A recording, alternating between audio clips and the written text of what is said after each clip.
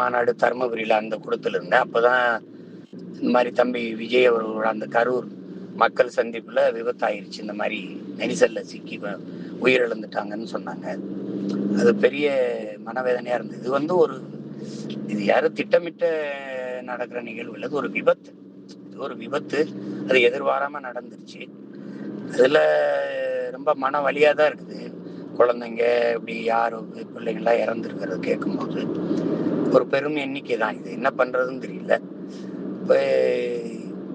இப்ப இந்த முறை இனி வருங்காலங்கள்ல மாத்திக்கணும். ஒரு கூட்டம் மாதிரி போட்டு மேடை போட்டு அதுல எல்லாரையும் அமர வச்சு வந்து பேசி பார்த்துட்டு அப்படி போறதுதான் நல்லா இருக்கு. ஏன்னா சின்ன சின்ன தெருக்கள், இடம் குறைவான பகுதியில நிறைய பேர் கூடும்போது இது போல விபத்துகள் நடக்கிறது இயல்பு தான்.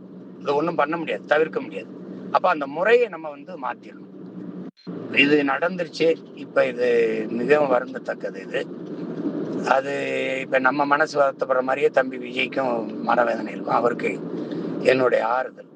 இந்த பிள்ளைகளை எல்லாம் இழந்து வாடுகிற பெற்றோர்கள், அவங்க கட்சியினுடைய முன்னணி தலைவர்கள், அவருடைய தொண்டர்கள் எல்லாருக்கும் என்னுடைய ஆறுதல்.